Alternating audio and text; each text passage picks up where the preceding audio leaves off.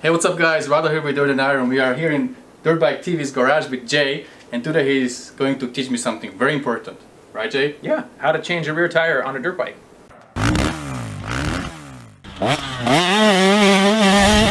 Alright Jay, so you know I ride Husaberg on trails that are somewhat faster. I don't really take it too much on the rocky technical first gear stuff. Yeah. And I want a tire that is lasting for a long time. I cannot change it every day like you. So what would you recommend me to do? Well, I don't change them too often, so I'll give you the pros and cons. We got 4 different off-road tires here. We're going to show you. This is a tire, this is our Trials tire. 803 GP now is the new name. Trials tire. It's a very soft, right? Very gummy compound, but it actually lasts pretty well. Now, it won't hold up if you're going to do big, fast connector stuff in between trails. But on the tight trails, like those trails you ride by your house that are real rocky and tight, amazing, works really well. Really nowhere it doesn't do well. Maybe in deep sand or in deep mud. How about those off-camber trails? It's still fine. Does it hold that? Because you don't really have those side knobs. On the motocross track, if you were to take it onto a track, which you wouldn't be doing that with this, but if you did, that's where you notice it wouldn't have that kind of bite. So on the trail, it's amazing. It really works well and it lasts pretty well, and it's a good buy for your money. For trail guys, if you're riding just that slow stuff, this is what I'd recommend. And if you're going to keep it under, say, 45, 50 miles an hour and not be going on the fast dirt roads or asphalt to connect, I would run this. And this is a good tire to run for off-road. Then the next, the ultimate, right, is the AT81 EX. This is a knobby version with that same compound. That's what you had on your KTM 300 right. and tested. Yeah, that thing was gripping everywhere. So it just grips, and it still has some good side bite, grabs in. Still obviously not going to be good on a motocross track because it's going to be too soft. It's going to flex too much. Now what if I take it on my usual trail, and I have 450 the Husaberg, sometimes I go on the gas in the turns. Do you think that I would kind of rip off this side here? Well, yeah, I think it would be overkill. So this tire is a specialty tire just like for that, but if you want the ultimate grip for tight trails, rocks, like in Moab, or that 5 miles of hell trail, or any mountain trails with rocks and roots, this would be the tire. This is the tire that like Cody Webb runs in Endurocross. This is the really good tire for that kind of stuff. So this is what I'd recommend between this and the Trials tire. How many hours do you put on this tire if you ride technical stuff? I mean, I'll probably get 10 to 12, I bet, which is about 3 or 4 rides, trips out. So if you look at it like that, they're $100 to $120 what you find them for, online. So if you find one, so that's you're 20 or 30 bucks a trip. Now for guys that are going on a special trip, that's why I would say, hey, save this if you're going to go on a special mountain trip with some guys. You're going on a 4 or 5 day riding trip. This would be a good tire to take for that. So that'd be a good one. Rado's phone's blowing up. All right. Yeah, my wife is calling me. She needs to wait. I'm sorry. So now this is a good option for you if you were just doing dirt roads and some asphalt. This is our D606. Everybody loves this tire. It's street legal, and you can see the knobs are much lower, a lot harder. It's probably lasts for a long time too, right? Lasts a long time, and still gives a good grip. A lot of the dual sport guys love this tire, and even a lot of off-road guys like on 450Xs will run this tire in Baja. They'll run from here all the way down and back. They'll put 800,000 miles on these things. Not bad. Trail guys, not racing. Racing guys are going to be switching out, of course, but they want a good strong tire for that. So that's our tire for that. And then for you, I think since you're going to do a little bit of trail stuff and you're going to be on like fire roads, this is a good tire. Now it will wear out quicker than the D606, so it's not quite as long lasting as that, but it has really good grip. It's our AT81, and we have this in a 120/90/18, and this is what will be mounting up on your Husaberg. I usually get like 30 hours from a tire. Yeah, I think that's for sure doable. That's okay, right? Yeah. Cool. So we'll see how that goes. So we'll get this mounted up. We'll show you some tips on how to do it. I do quite a few a week, so hopefully I'll be able to do it easy for you. All right, let's do it. So rough estimate, how many tires did you change so far in your lifetime? Thousands. I don't know how many. But the Dunlop guys that go to the races, those guys do like 30 to 40 each a weekend. So they're doing a lot. But I do, it depends on the weeks, but anywhere from 5 some weeks up to 25 or 30 in a week. Oh wow. Well, I start by taking the valve core out. You didn't hear a bunch of air came out because right as Rado got here, he says, Oh, and by the way, I think my tube is flat. Yeah, I think. It was only flat on the bottom though. Yeah. So then we undo the rim lock all the way. Nice steel sprocket, that'll last a long time. Okay. It's 52 from Husaberg. They have 1352 gearing. Is this pattern the same as anything else? Same as KTM. KTM, okay. Okay, so I got the rim lock loose now, and this is a very old tire he has on here, like 10 years old. Well, don't want to do that. Okay, you're gonna go around here like this, knock it all off the bead, and then flip it over, and we do the same thing on the other side. We got a little problem here because our spacer stuck right there. Okay. This bike's gonna need wheel bearings. Wheel bearings, I bet, in the near future. Mm-hmm. We'll see. When you get it bolted up, you can check for any side play, so you can tell. So now the tire's all off the bead, and I'll start about a quarter of the way away from the rim lock, okay. Just like that. So my tire spoon, just get in there like that, and then I usually use 3. You can get by with 2. So I got it all off now. Now I flip it over to the other side. And Rado did tell me that this thing has not been apart in a long time. The tire is like over 10 years old or something. Everything's coming apart in here, so we think the tube is probably shot, and I bet the tire we'll probably have to tape up the rim, maybe. We'll see. So I push with my body. Now the tire's all the way off, and I'll come in here like this with my tire spoon, push it off, just like that. It's all off. Now I will get it and inspect it like so, and see how these spokes, there's some silver spokes sticking out. So we're going to retape this up. So I'm going to take the rim lock off to tape it up. So at this point, I'll leave this tape on here and just wipe it off.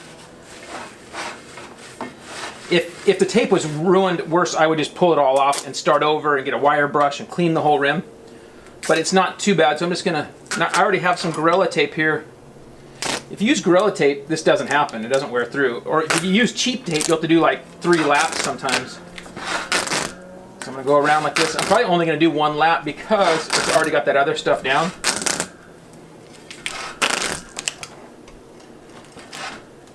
Just like that. Of course, you cut it with your teeth. That's the way you're supposed to do it. Now at this point, we're gonna find our rim lock hole and our valve stem hole, and I get a razor blade and I cut it through the tape.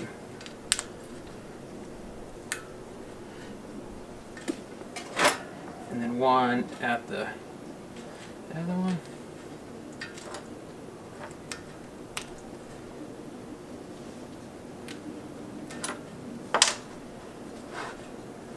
Okay. Now we can put our rim lock back in. You can put some baby powder in the tube. That would help, okay, in the tire. But I was being lazy. So you keep the rim lock in when you put the tire on? Yep. And then just kind of put it over the rim lock? Yeah. On this side? Okay. So that's the most tricky part. Yeah, but what's funny is once you do them this way, and I only did it this way because this is how I was taught by the Dunlop guys. Mm-hmm. You know, 15 years ago, because I was doing tires my own way for years. Right. And then when I started working with Dunlop Direct, they had me kind of do it their way.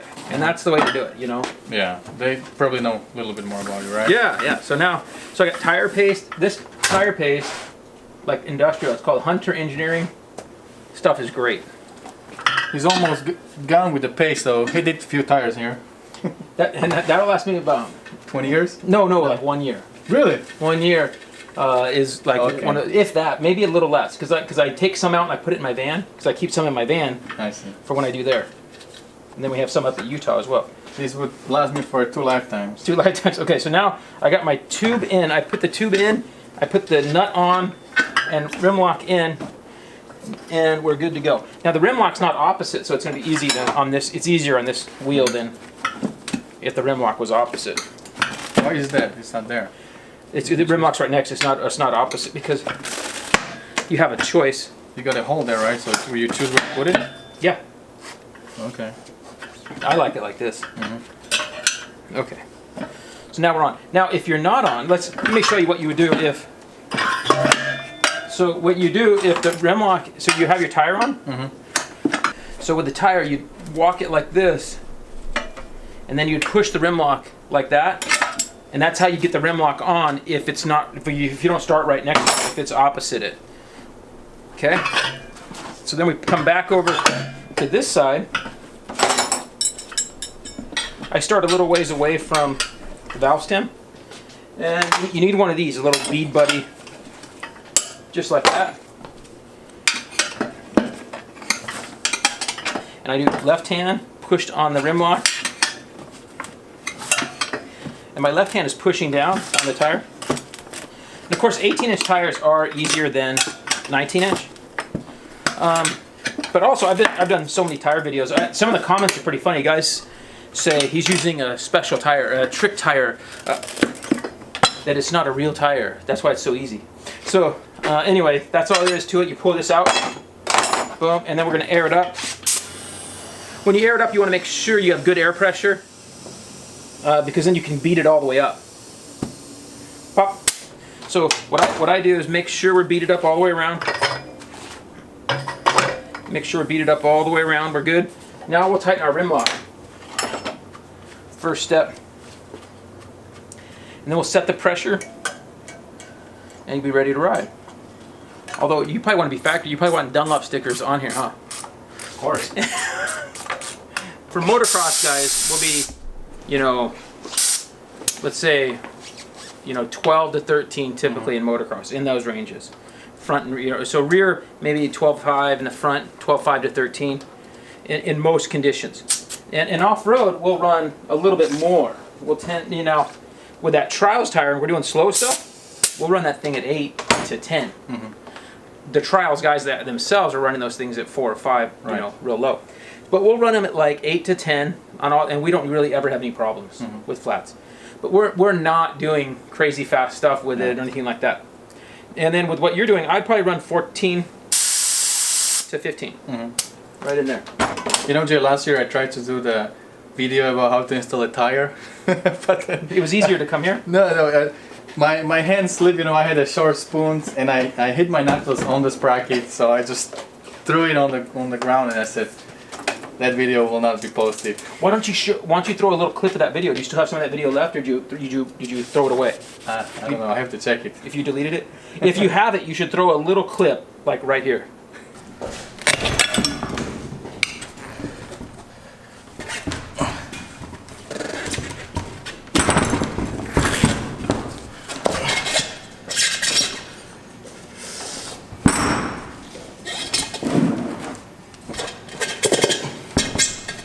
Okay, so that's how we put the tire stickers on. That's one of the most common questions, guys. I actually had guys asking me about these stickers. Yeah, where can they get them? I think I don't know if there's any place you can actually buy them.